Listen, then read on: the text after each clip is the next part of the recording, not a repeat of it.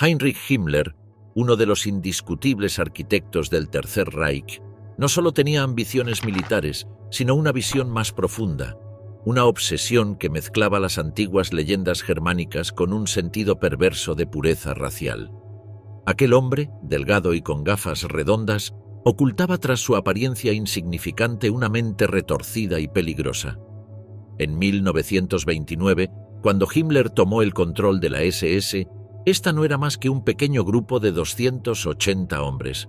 Sin embargo, en la mente de Himmler, esta organización era una arcilla que él moldearía para crear una nueva élite, una orden militar que trascendería en la historia, tal como los caballeros teutónicos de la Edad Media. Estos últimos habían surgido en el siglo XII bajo el nombre de siervos de Santa María del Hogar Alemán, jurando castidad, pobreza y obediencia, mientras blandían espadas bajo el símbolo de una cruz negra sobre un manto blanco. Himmler se sentía inspirado por la brutalidad de esta orden militar medieval que estaba envuelta en un manto de fe, mientras destruían todo lo que no se alineaba con su visión divina. Desde el primer momento, Himmler vio en la SS una herramienta, un vehículo para materializar sus fantasías de una raza aria pura, sin mezclas ni debilidades. Bajo su dirección, la SS creció rápidamente. Para 1933, ya contaba con 52.000 miembros, todos ellos seleccionados meticulosamente. No bastaba con ser un ferviente nazi. No, había que cumplir con los estándares de pureza racial que él mismo definía. Aquel que no encajara en el molde era descartado sin miramientos. Su obsesión con la historia y la mitología germánica lo llevó a buscar en el pasado una justificación para sus acciones en el presente. Para él, los SS no eran simples soldados. Eran una nueva orden de caballeros, una reencarnación de los caballeros teutónicos, aquellos guerreros cristianos que habían luchado por la expansión de su fe en tierras paganas. Sin embargo, en lugar de la cruz, estos nuevos caballeros luchaban por la esvástica, y su fe no era en un dios, sino en un Führer. Himmler vio en ellos a los guardianes del futuro ario, aquellos que protegerían la pureza de la raza y asegurarían el dominio nazi sobre Europa. Pero también necesitaba dotar a la SS de un aura mística, un lazo con lo sobrenatural que les diera un sentido de propósito más allá de lo terrenal. Himmler promovió un culto al ancestro entre sus hombres, creyendo que al venerar a sus antepasados, la raza se mantendría pura y el espíritu alemán se mantendría inmortal. En 1939, la SS se apoderó de la iglesia de la Orden Teutónica en Viena, un acto simbólico que unía el pasado con el presente, consagrando a la SS como los herederos de aquella orden medieval. Pero Himmler no se detuvo ahí. Creó un conjunto de símbolos y costumbres que consolidaron la identidad de la SS como una élite separada del resto de la sociedad alemana. El logotipo de las dos runas en forma de rayo, adoptado en 1932, fue uno de esos símbolos. Era una creación de Guido von List, un ocultista austríaco que había diseñado 18 runas en 1906. La runa original, conocida como Sowilo, representaba el sol, pero Himmler la transformó en el símbolo de la victoria nazi. Este símbolo, cargado de significado esotérico, se convirtió en una marca temida en toda Europa. Otro símbolo que Himmler adoptó con fervor fue el Totenkopf, la cabeza de la muerte, que ya había sido usada por unidades militares alemanas durante siglos. Sin embargo, en sus manos, la calavera se transformó en algo más que un emblema militar. Era un juramento de lealtad hasta la muerte, un compromiso que cada miembro de la SS asumía al recibir su anillo con la calavera. Para Himmler, estos anillos no eran simples objetos. Eran reliquias que nunca debían ser vendidas y que debían ser devueltos a él cuando su portador falleciera. Aquellos anillos, custodiados en la Wewelsburg, se convirtieron en el recordatorio perpetuo de los muertos, un monumento a la fidelidad sin fin. Las costumbres alemanas tradicionales tampoco escaparon a la remodelación de Himmler. Para él, los ritos cristianos eran inadecuados para la nueva élite. Por eso creó ceremonias propias de la SS que reemplazaban a las tradicionales. Los bautizos fueron sustituidos por rituales de nombramiento. Las bodas se transformaron en ceremonias arias. Los funerales cristianos fueron complementados con rituales de la SS y las celebraciones del solsticio de verano e invierno fueron instituidas como festividades centrales.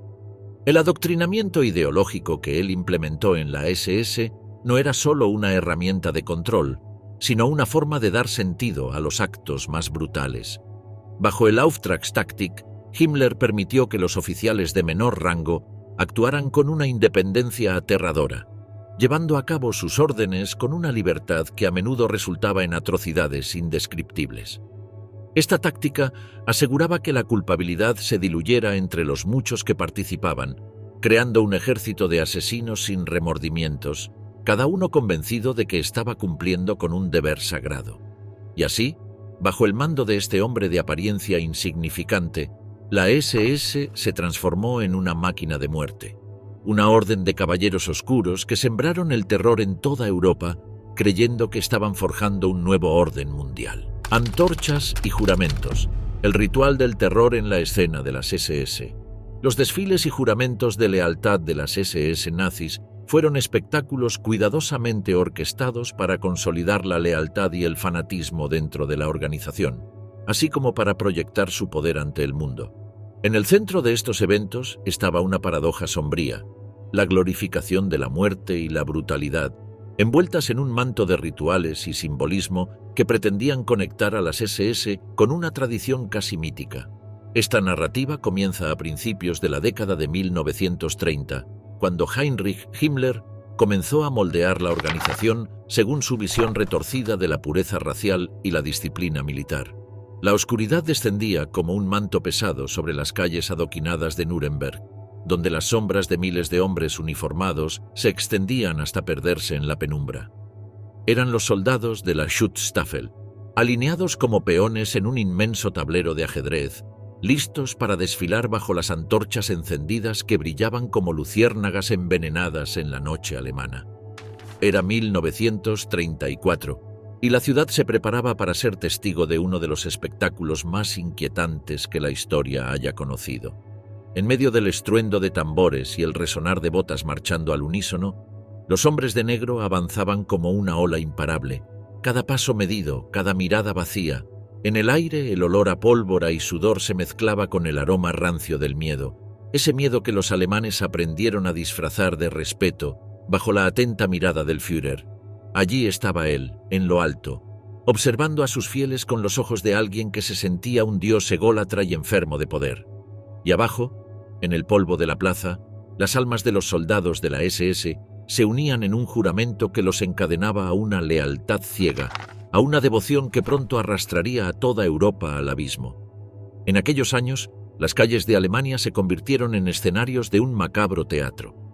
Las SS, con sus imponentes uniformes negros, marchaban en formación perfecta, desfilando por ciudades que poco a poco sucumbían al embrujo del poder nazi. En cada desfile, las caras inexpresivas de los espectadores reflejaban una mezcla de temor y admiración, mientras los tambores marcaban un ritmo que resonaba como el latido de un corazón enfermo. La vista de miles de hombres, todos cortados por el mismo patrón, moviéndose en sincronía como una maquinaria carente de humanidad, era suficiente para sembrar el terror en el corazón de cualquiera que se atreviera a cuestionar la autoridad del Führer. El momento culminante de estos desfiles llegaba con la caída de la noche, cuando la luz de las antorchas convertía las sombras en bestias danzantes. El fuego, un elemento recurrente en los rituales de las SS, servía como símbolo de purificación, pero también de destrucción. La llama, que en otras culturas había sido un faro de esperanza, en manos de los nazis se transformaba en una herramienta de dominación. Las antorchas elevadas al cielo oscuro iluminaban las caras endurecidas de los SS, pero sobre todo era una clara advertencia, un recordatorio de lo que aguardaba a aquellos que osaran oponerse. Igualmente, año tras año, la celebración del Gründungstag de la SS se convertía en un recordatorio de la fundación de aquella orden. Los altos oficiales, vestidos con sus mejores galas, recitaban juramentos que sonaban más a maldiciones que a palabras de lealtad, mientras sus ojos se perdían en la distancia. De esta forma, los desfiles no fueron el único reflejo de la devoción ciega hacia el Führer. Los juramentos de lealtad, pronunciados en ceremonias que parecían más rituales religiosos que actos militares, sellaban el destino de aquellos que se unían a las SS.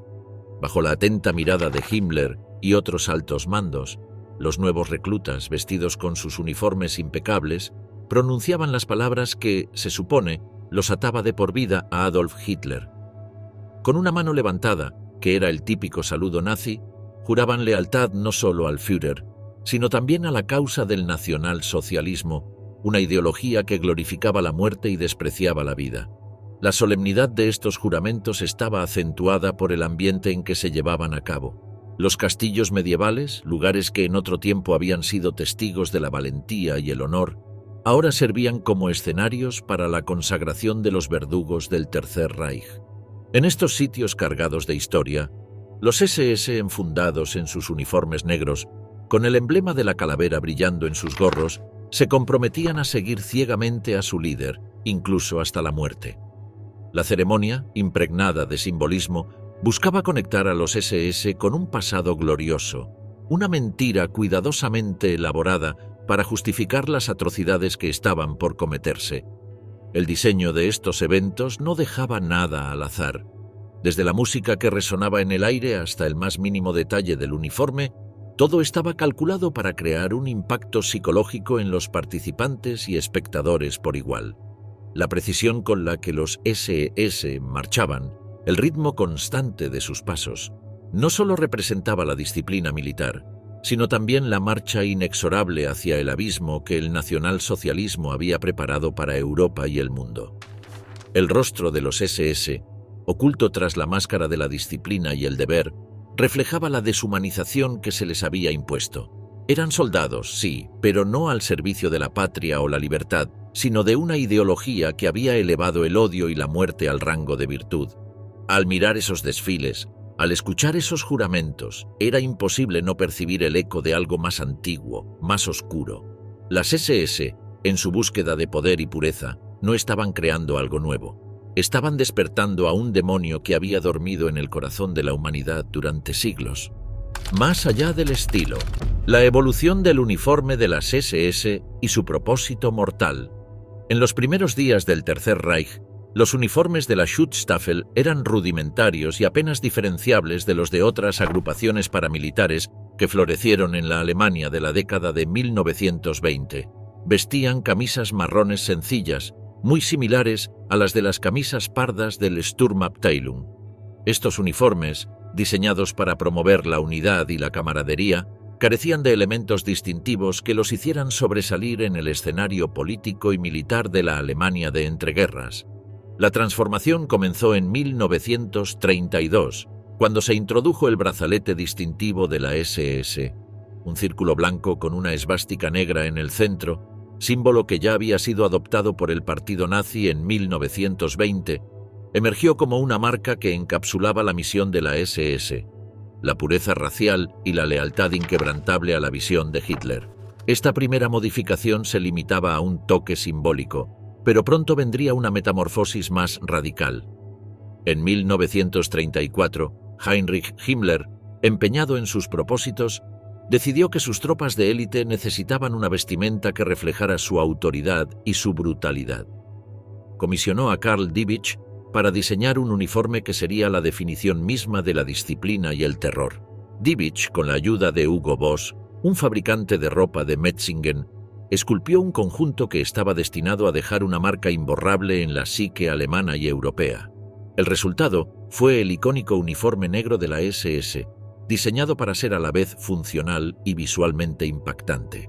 Inspirado en el atuendo de los soldados de montaña bávaros, el uniforme incluía botas altas, calzones y bombachos. El color negro no solo simbolizaba luto, sino que ofrecía una ventaja práctica. Escondía la suciedad y el desgaste mejor que los colores más claros. Sin embargo, la elección del negro tenía un propósito más siniestro. Era un color que evocaba la muerte y el miedo, una elección deliberada para infundir terror. Las insignias que adornaban estos uniformes eran las de mayor impacto. En los parches del cuello se encontraban las runas de la SS, símbolos de pureza racial y una conexión con lo oculto. El tótem de la muerte, que se usaba en las gorras puntiagudas, representaba la despiadada indiferencia de la SS hacia la vida humana. Y el águila de la SS, en la manga derecha, afirmaba la lealtad hacia Hitler y la causa nazi, un emblema de poder que estaba diseñado para causar admiración y temor en igual medida. La simbología del uniforme de la SS no era ni de cerquita una mera cuestión de estética. Cada elemento estaba cuidadosamente elegido para transmitir un mensaje claro de poder y autoridad. El color negro, la elegancia en el diseño y los símbolos ominosos estaban destinados a proyectar una imagen de disciplina y profesionalismo, aunque también servían como recordatorio constante de la brutalidad de la organización. Mientras Hugo Boss a menudo se menciona en la conversación sobre el diseño de estos uniformes, su papel se limitaba principalmente a la producción. Dietrich era el verdadero artífice del diseño, trabajando en estrecha colaboración con Himmler para crear una apariencia que encarnara el temor y el respeto. Boss, que se unió al partido nazi 2 años antes de que Hitler asumiera el poder, supervisó la fabricación de los uniformes, que se produjeron en fábricas en toda Alemania, a menudo utilizando mano de obra forzada de países ocupados. El impacto aterrador de estos uniformes fue inmediato y profundo. El diseño minimalista y los símbolos ominosos hacían que los uniformes fueran instantáneamente reconocibles y profundamente inquietantes. La elegancia y la perfección de los uniformes, a pesar de su siniestra belleza, servían para deshumanizar a los miembros de la SS, facilitando que llevaran a cabo sus tareas brutales sin remordimientos. La evolución de este uniforme, con su meticuloso diseño y su aterradora simbología, ayudó a cimentar la reputación de la SS como una de las organizaciones más temibles y despiadadas de la historia moderna. No obstante, a medida que avanzaba la guerra, la SS comenzó a adaptar sus uniformes a diferentes entornos y roles. Las Waffen-SS, por ejemplo, empezaron a usar variaciones del uniforme gris de campo del ejército, con insignias de la SS. El uniforme negro, aunque seguía siendo icónico, se volvió menos común en situaciones de combate, ya que la funcionalidad se volvió más importante que la apariencia. La Waffen-SS, además, innovó en el uso de patrones de camuflaje en el uniforme, reflejando la necesidad de adaptabilidad en el campo de batalla. Banderas de supremacía, los emblemas de la SS y su mensaje de dominación. La historia de la SS está marcada por símbolos que representaban la supremacía racial y que al mismo tiempo infundían un temor visceral en todos aquellos que osaban cruzarse en su camino. Todo comenzó en los años 20, cuando el partido nazi adoptó la esvástica como su símbolo principal, ese antiguo emblema que en manos de los nazis fue despojado de su significado original para convertirse en la representación del orgullo nacionalista alemán y de la supuesta identidad aria. Heinrich Himmler fue quien impulsó la incorporación de estos símbolos a la SS. Ya en 1933, tras la toma del poder por los nazis, Hitler, satisfecho con su papel en la purga de la SA, anunció que la SS se convertiría en una organización independiente, subordinada solo a él. Los símbolos y uniformes de la SS no eran elegidos al azar. La bandera nazi, diseñada por el propio Hitler, consistía en una esvástica negra sobre un disco blanco en un fondo rojo. Este esquema de colores, que evocaba la bandera del Imperio alemán, resonaba con muchos alemanes que rechazaban la democracia y anhelaban el regreso de los días gloriosos del pasado imperial. La esvástica, con sus raíces ancestrales, fue apropiada por los nazis para representar ese pasado glorioso y la renovación poderosa de la nación alemana. Antes del nacionalsocialismo, la esvástica fue un emblema de bienestar y divinidad.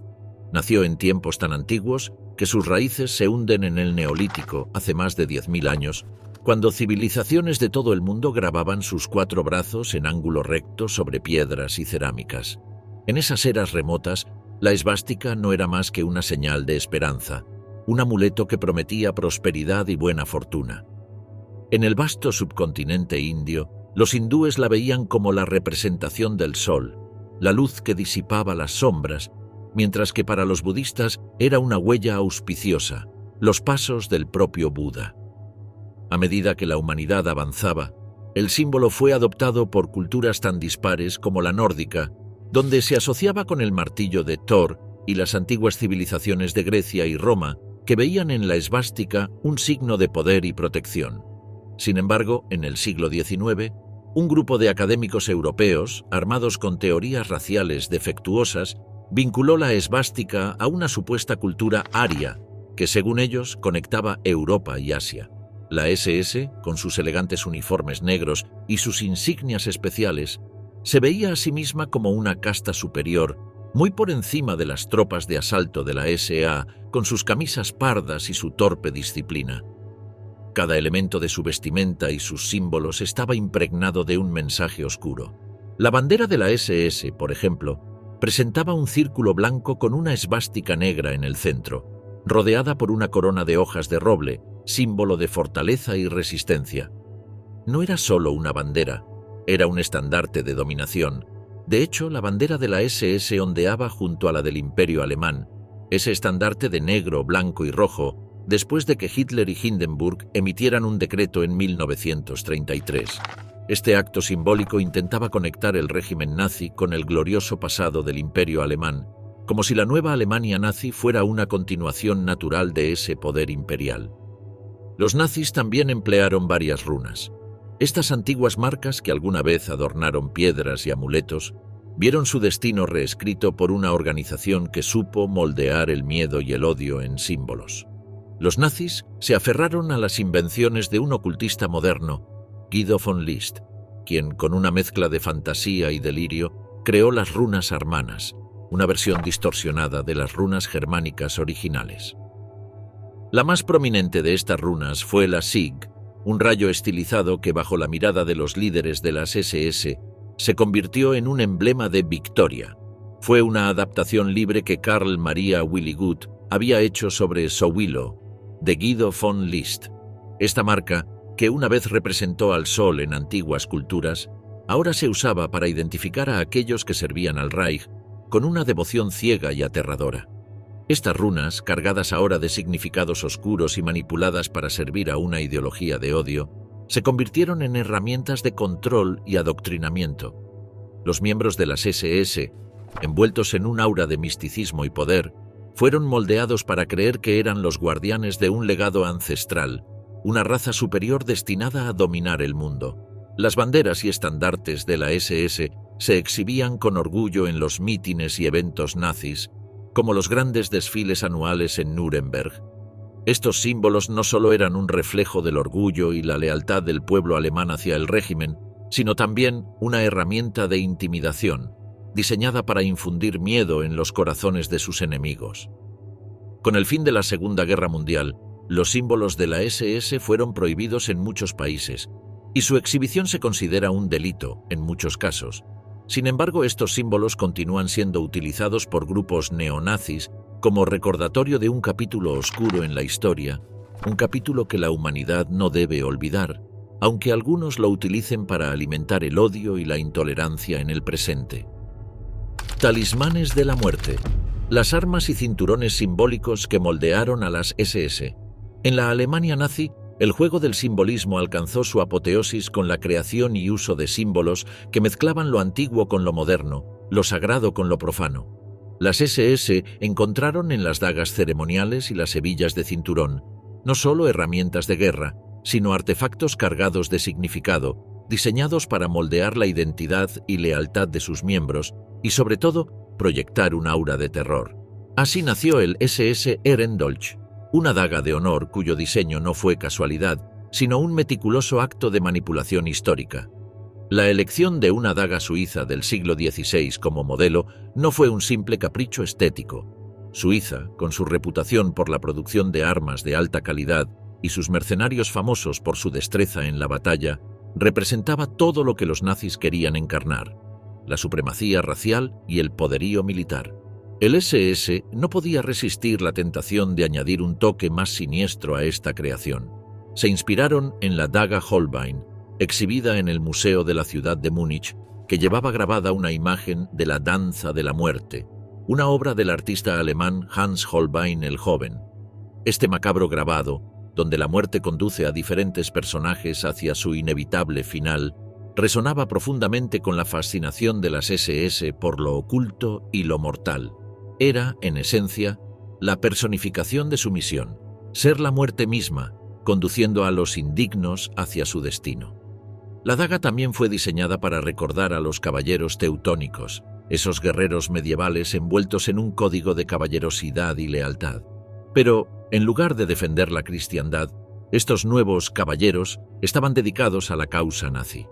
Esta daga no se le daba a los funcionarios, ellos debían ganársela, y su entrega durante una ceremonia cargada de misticismo y fanatismo. De hecho, cada 9 de noviembre, en la Feldherrnhalle de Múnich, la ceremonia de entrega de estas dagas era un espectáculo cargado de ritualismo y fervor, invocando un pasado germánico idealizado que nunca existió, pero que resultaba perfecto para el propósito del Tercer Reich.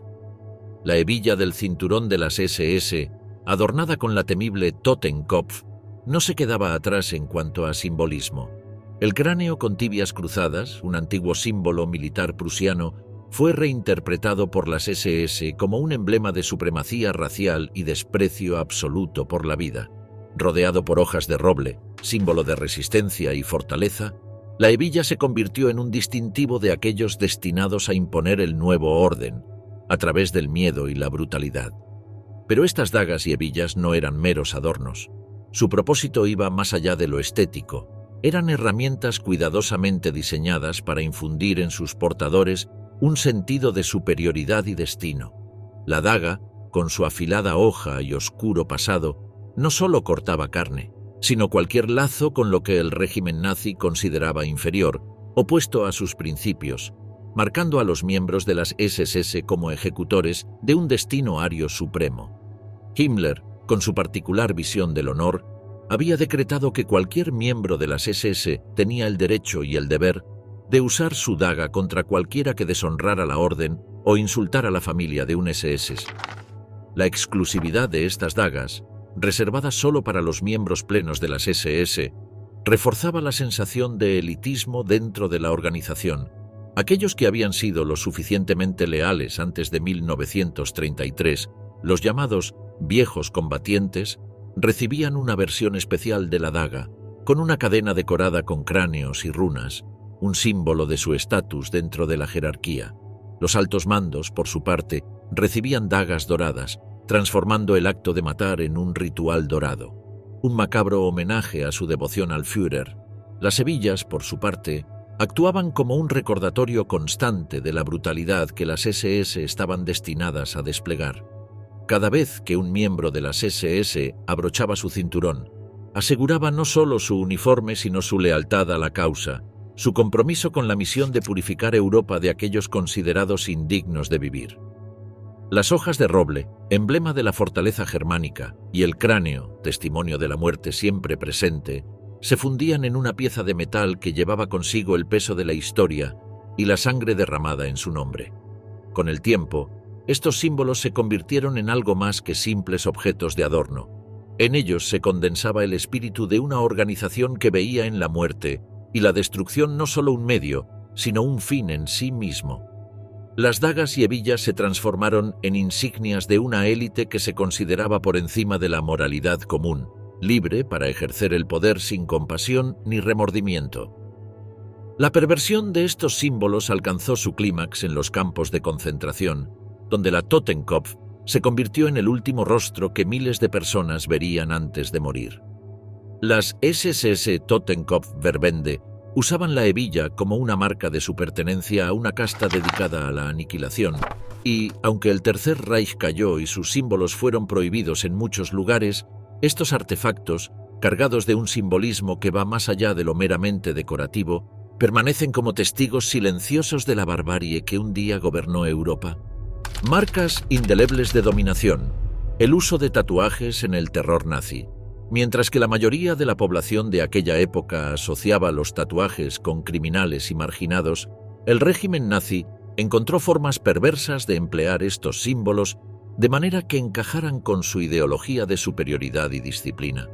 Mientras en la vida civil los tatuajes eran un estigma, en el universo de las SS se transformaron en marcas de estatus y control implacable, asociadas a sus estándares de belleza y estética. A partir de 1933, La SS empezó a incorporar tatuajes en su régimen de disciplina, pero no todos los miembros de las SS llevaban estos símbolos. Los tatuajes más comunes eran los de tipo sanguíneo, especialmente entre los soldados de la Waffen-SS. Estos tatuajes, ubicados en el antebrazo izquierdo, eran una aberración pragmática en un mundo obsesionado con la pureza. La letra A, B, AB u O servía como una marca de utilidad médica, una medida desesperada para facilitar transfusiones rápidas en el caos de la batalla. Sin embargo, en la sombría realidad de la guerra, donde la vida de un soldado podía cambiar para mal en tan solo un instante, estos tatuajes se convirtieron en una sentencia de identidad, un recordatorio perpetuo de la pertenencia a un grupo que pronto sería perseguido y cazado. Una vez que la guerra terminó, estos tatuajes ayudaron a identificar a unos cuantos miembros de la Waffen-SS para ser procesados por crímenes de guerra. Incluso en ella, el bando de los aliados identificaba fácilmente a los enemigos con solo observarles el brazo. Por ejemplo, se sabe que Heinrich Himmler y los demás altos jerarcas de la Schutzstaffel no poseían tatuajes. Entre ellos no eran necesarios porque no se encontraban en el campo de batalla. En el caso concreto de los oficiales alemanes que sobrevivieron a la Segunda Guerra Mundial, muchos de ellos intentaron borrar sus tatuajes para evitar ser identificados, ya sea disparándose en el brazo o pagando a médicos bajo la mesa. Pero a medida que el conflicto avanzaba, el uso de tatuajes en los campos de concentración se convirtió en una herramienta brutal de deshumanización. En octubre de 1941, los nazis comenzaron a tatuar números de serie en los prisioneros, una práctica que inicialmente se introdujo en Auschwitz. La necesidad de identificar a los prisioneros de manera más fiable se volvió imperativa, dado el gran número de víctimas y la confusión constante. Los números, grabados con una precisión despiadada en el antebrazo izquierdo, eran la nueva forma de marcar el cuerpo humano como una mera mercancía del Estado. La tinta azul que se frotaba en las heridas sangrantes servía para garantizar que la marca quedara indeleble, un recordatorio sombrío de la posición de los prisioneros en la cruel jerarquía del campo. La introducción de estos tatuajes en Auschwitz era una manifestación física del desprecio nazi hacia la dignidad humana. El proceso para aplicar estos tatuajes, que incluía el uso de sellos metálicos y agujas, resultaba doloroso y humillante. Los números no solo servían para identificar a los prisioneros, sino para recordarlos a diario su despojo de identidad. Los prisioneros eran reducidos a cifras, sus nombres, pasados y esperanzas borrados por la brutalidad del régimen. Por otro lado, los tatuajes en los campos de concentración también reflejaban la estructura de poder dentro del sistema de los campos. En primer término, aquellos que llevaban el tatuaje del grupo sanguíneo eran considerados parte de las tropas de combate de élite, lo que implicaba un estatus especial dentro de la organización. En el caso de los reclusos en campos de concentración, los números más bajos indicaban a los prisioneros que habían llegado primero, mientras que los números más altos señalaban a los que eran nuevos en el sistema. Para muchos de los descendientes de los sobrevivientes del Holocausto, replicar el tatuaje de un familiar se ha convertido en un acto de conmemoración y un vínculo con la historia. Estos tatuajes se han transformado en símbolos de resistencia y memoria, un testimonio viviente de una historia que no debe ser olvidada. En cada número grabado en la piel, en cada marca que desfiguraba el cuerpo humano, se encuentra un fragmento del legado nauseabundo de un sistema que intentó erradicar la esencia misma de la dignidad humana. De memento mori a emblema del mal, la oscura evolución del Totenkopf. En los sombríos senderos de la historia, pocos símbolos han despertado tanto horror como el Totenkopf, la cabeza de muerto, que en sus raíces más profundas no siempre fue el emblema de la muerte y el terror que el mundo llegaría a conocer. Nacido en el seno del militarismo prusiano del siglo XVIII, este cráneo coronado con huesos cruzados se alzó primero como un recordatorio memento mori, un símbolo de la fugacidad de la vida y el sacrificio en batalla. Sin embargo, el destino, siempre caprichoso, tenía otros planes para este emblema, destinándolo a una transformación oscura que lo marcaría para siempre. En las décadas de 1730 y 1800, cuando Europa se encontraba inmersa en guerras de sucesión y enfrentamientos imperiales, el Totenkopf adornaba las prendas negras del Husaren-Regiment número 5 de Federico el Grande. Estos húsares, con sus uniformes oscuros y el símbolo de la calavera brillando en sus sombreros, se convirtieron en una representación de la muerte misma en el campo de batalla, una advertencia para aquellos que se atrevían a enfrentarse a la maquinaria prusiana.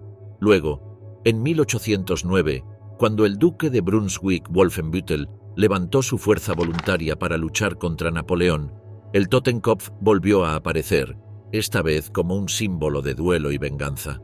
Los Black Brunswickers, con sus uniformes oscuros y su calavera como emblema, marcharon a la guerra con la muerte a sus espaldas y la sangre en sus corazones.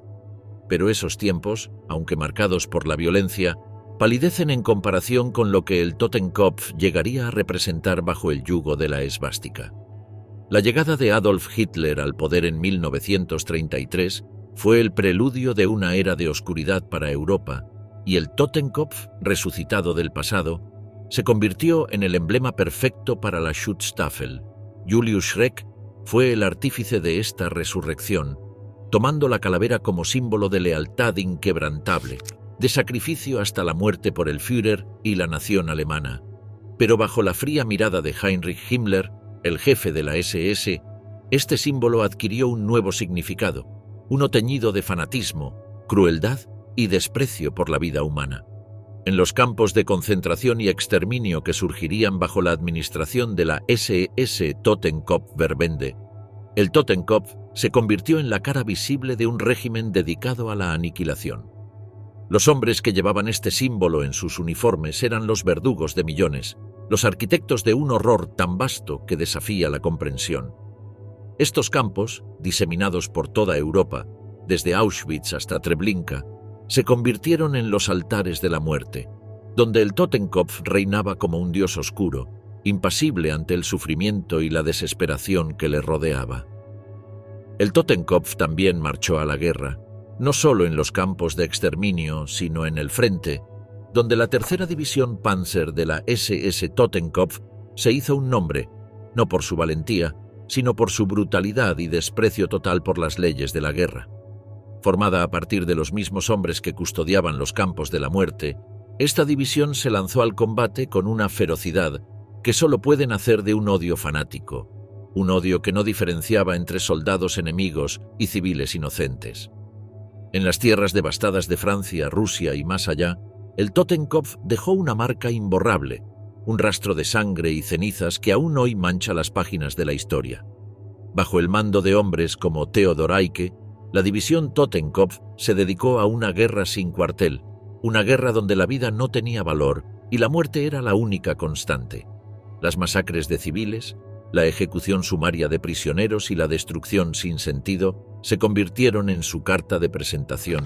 En cada combate, en cada aldea arrasada, el Totenkopf brillaba con un resplandor maligno. Sin embargo, el Totenkopf fue también una herramienta de adoctrinamiento, una marca que, una vez adoptada, consumía a quien la portaba, transformándolo en un instrumento del mal más absoluto. Himmler, en su retorcida visión del mundo, veía en la calavera no solo un recordatorio de la muerte, sino un llamado a la inmortalidad a través del sacrificio total por la causa nazi. Para él, el Totenkopf era la manifestación visual de un credo en el que la muerte, lejos de ser temida, debía ser abrazada como un deber sagrado. El legado del Totenkopf es, en última instancia, un legado de horror. Aunque sus orígenes estaban lejos de ser oscuros, fue bajo el régimen nazi que este símbolo se convirtió en la encarnación misma de la muerte y el sufrimiento. En los años que siguieron al colapso del Tercer Reich, el Totenkopf no desapareció, sino que continuó su existencia en las sombras, adoptado por aquellos que aún suscribían a la ideología de odio y muerte que una vez gobernó Europa. En manos de grupos neonazis y organizaciones de odio, la calavera sigue siendo un símbolo de violencia, un recordatorio de que, aunque el Tercer Reich haya sido derrotado, sus ideas tóxicas aún persisten en los márgenes de la sociedad. Pero la historia del Totenkopf no es solo la historia de un símbolo, es la historia de cómo un emblema puede ser corrompido, de cómo la humanidad, en su búsqueda de poder y dominio, puede transformar incluso las ideas más inofensivas en herramientas de opresión.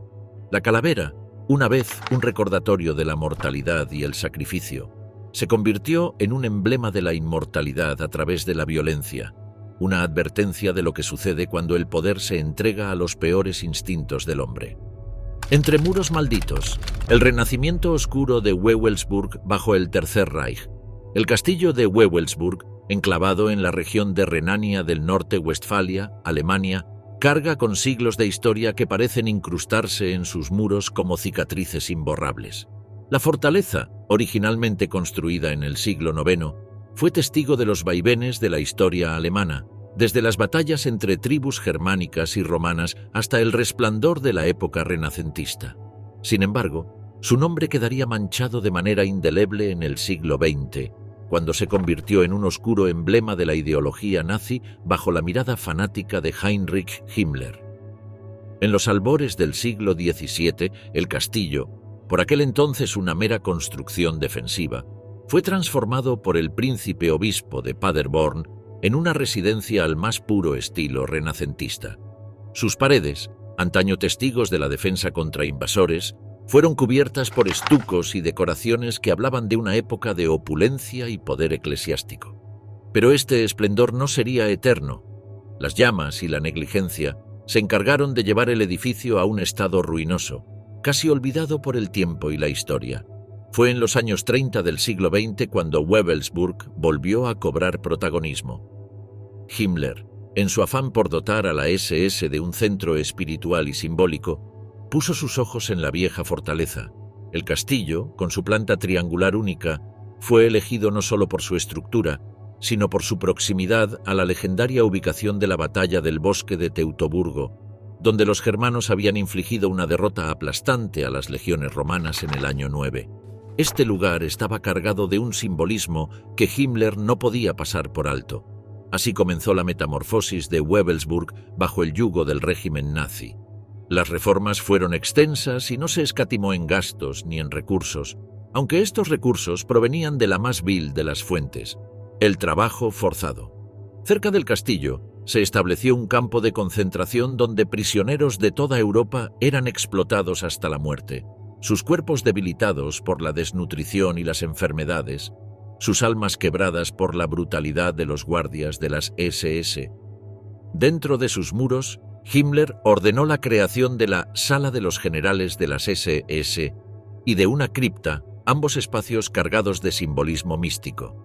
La sala, adornada con el emblema de la Sonnenrad, un símbolo esotérico que Himmler relacionaba con la antigua herencia aria, estaba destinada a ser el lugar donde los más altos oficiales de las SS se reunirían para llevar a cabo rituales que, según ellos, reforzarían su conexión con ese pasado mítico que tanto anhelaban revivir. En la cripta, por otro lado, se planeaba honrar a los miembros caídos de las SS, como si el lugar fuese un santuario destinado a los mártires de su causa.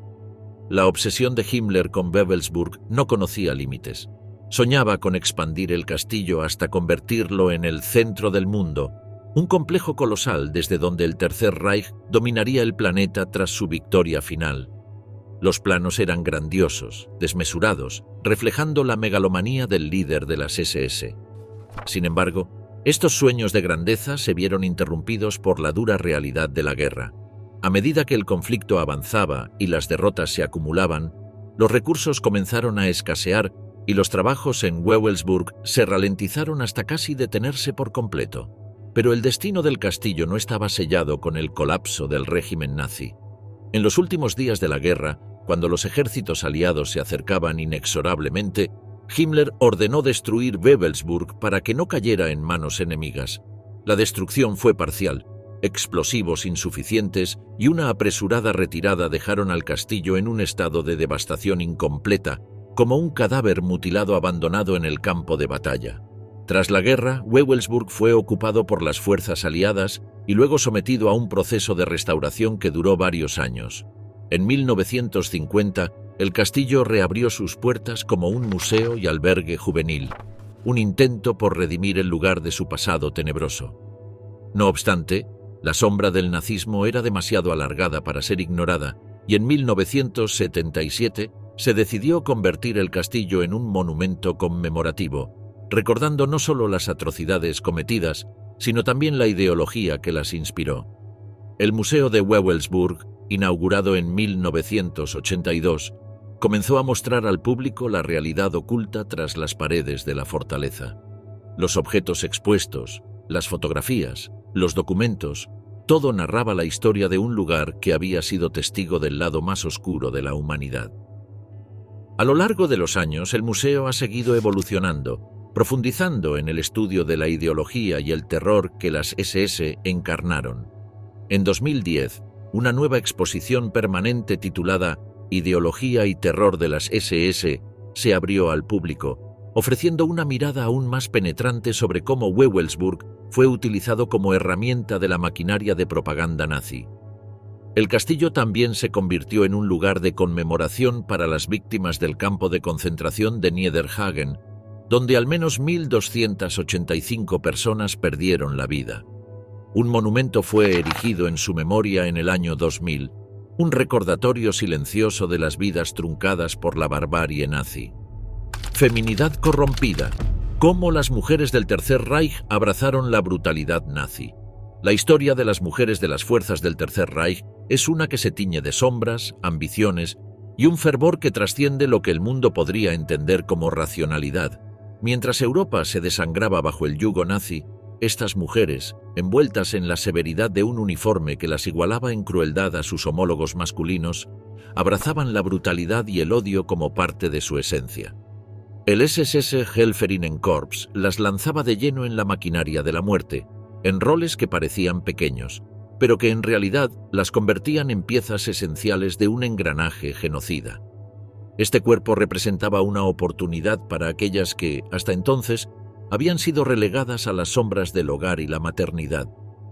Esa división de las SS no era un simple grupo de apoyo. Se transformó en un escuadrón de verdugas, donde alrededor de 10.000 mujeres encontraron su lugar, ya sea como guardianas en campos de concentración o en labores administrativas que implicaban la creación de listas de ejecución. Estas mujeres, jóvenes, en su mayoría de entre 17 y 30 años, eran captadas mediante campañas de reclutamiento que apelaban a su lealtad al Reich. Eran instruidas para cumplir con criterios físicos específicos, porque en la ideología nazi, la apariencia no era un simple adorno, sino una declaración de pureza y superioridad racial. Así, en una época donde el maquillaje y las joyas eran reprimidos por ser vistos como artificios de vanidad, las mujeres del SS adoptaron una estética que fusionaba rigidez militar con una grotesca versión de feminidad. Sus uniformes, diseñados para imitar a los de los hombres, con botas que resonaban en el suelo como un eco de poder y autoridad, contribuían a una presencia que era tanto temida como detestada. En el año 1942, la necesidad de personal en los campos de concentración abrió la puerta a las primeras guardianas en lugares como Auschwitz y Ravensbrück. La palabra Aufseherin se convirtió en sinónimo de terror para las prisioneras que tenían la desgracia de encontrarse bajo la mirada vigilante de estas mujeres. En los campos de mujeres como Ravensbrück, donde las supervisoras superiores y las líderes de campo ostentaban un poder casi absoluto, se establecieron jerarquías crueles. Estas mujeres dirigían con una mano de hierro, administrando las listas de trabajos forzados y las contadas diarias, decidiendo con un gesto quién viviría un día más y quién no. Pero no eran meras espectadoras. Aunque las ejecuciones en masa generalmente quedaban reservadas a los hombres de las SS, estas mujeres no permanecían inocentes.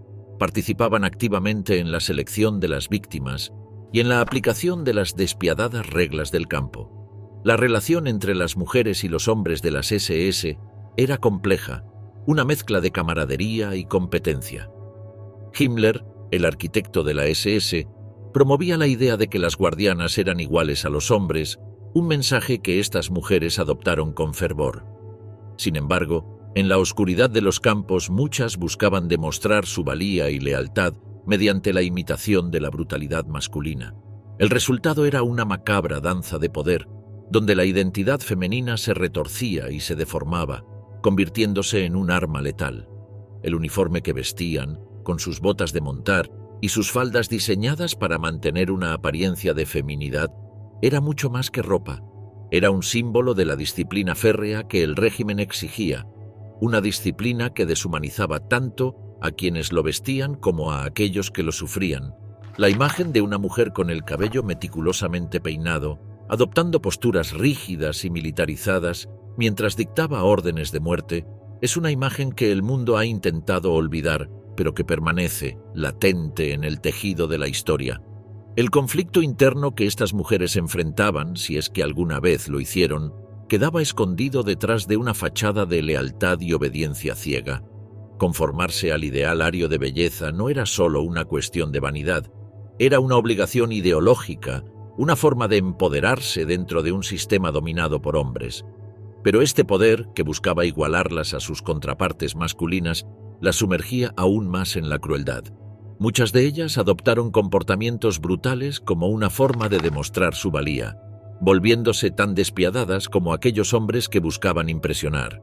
Las mujeres que no se conformaban con este estándar enfrentaban no solo el rechazo social, sino también el peligro de ser vistas como inadecuadas para la misión del Reich. Aquellas que sí cumplían con este ideal, con sus cabellos rubios y ojos azules, eran celebradas como las madres del futuro ario, mientras que aquellas que fallaban eran relegadas, sus oportunidades de avanzar en la estructura nazi considerablemente limitadas. El esfuerzo por mantener esta imagen de perfección ariana fue acompañado de una propaganda implacable. Los medios nazis no solo promovían, sino que imponían estas ideas a través de una campaña constante que glorificaba los valores raciales del Reich.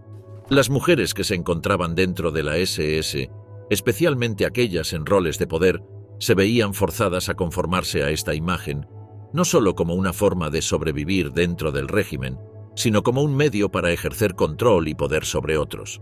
Así, SS Helferinnenkorps y las mujeres guardianas de los campos de concentración no fueron meras notas al pie en la historia del nazismo. Fueron participantes activas cuyas acciones, aunque en su mayoría olvidadas o minimizadas, fueron esenciales para el funcionamiento de la maquinaria genocida del Tercer Reich. Estas mujeres no solo vistieron impecables uniformes, sino que también llevaron consigo la carga de un odio institucionalizado, un odio que se manifestó en cada orden que daban, en cada prisionero que marcaban para la muerte. Nazis en la gran pantalla, el oscuro encanto del mal en la cultura popular, en la reconfortante oscuridad de una sala de cine, la pantalla comienza a iluminarse, proyectando imágenes que han moldeado la percepción de generaciones sobre uno de los periodos más oscuros de la historia. La representación del régimen nazi, especialmente a través de la lente de Hollywood, ha tejido una narrativa que, a pesar de sus pretensiones de condena, ha dejado una marca indeleble en la cultura popular. Desde las primeras secuencias, Adolf Hitler aparece como una figura casi mítica, un arquetipo del mal absoluto. En la mente de los espectadores, su imagen se entrelaza con la del demonio, el antagonista por excelencia. Hollywood, con su habilidad para transformar realidades complejas en relatos simplificados, convirtió al Führer en una especie de villano de cómic despojado de su humanidad, lo que, paradójicamente, lo hizo aún más temible. Producciones como The Man in the High Castle no solo exploraron una historia alternativa en la que el eje ganó la Segunda Guerra Mundial, sino que también perpetuaron la imagen de un Hitler envejecido, pero aún poderoso, reinando sobre un mundo distópico. No es de sorprender que la figura de Hitler haya sido representada en tantas películas. En Downfall, su final en el búnker de Berlín se convirtió en un espectáculo morboso, un descenso a la locura que los espectadores pudieron observar desde la comodidad de sus asientos. La película, aunque aclamada por su precisión histórica, también alimentó el morbo del público, ofreciendo una mirada voyeurista al ocaso del dictador. Sin embargo, la representación del nazismo no se limitó a la figura de Hitler. La Schutzstaffel se convirtió en un símbolo del mal en su forma más pura.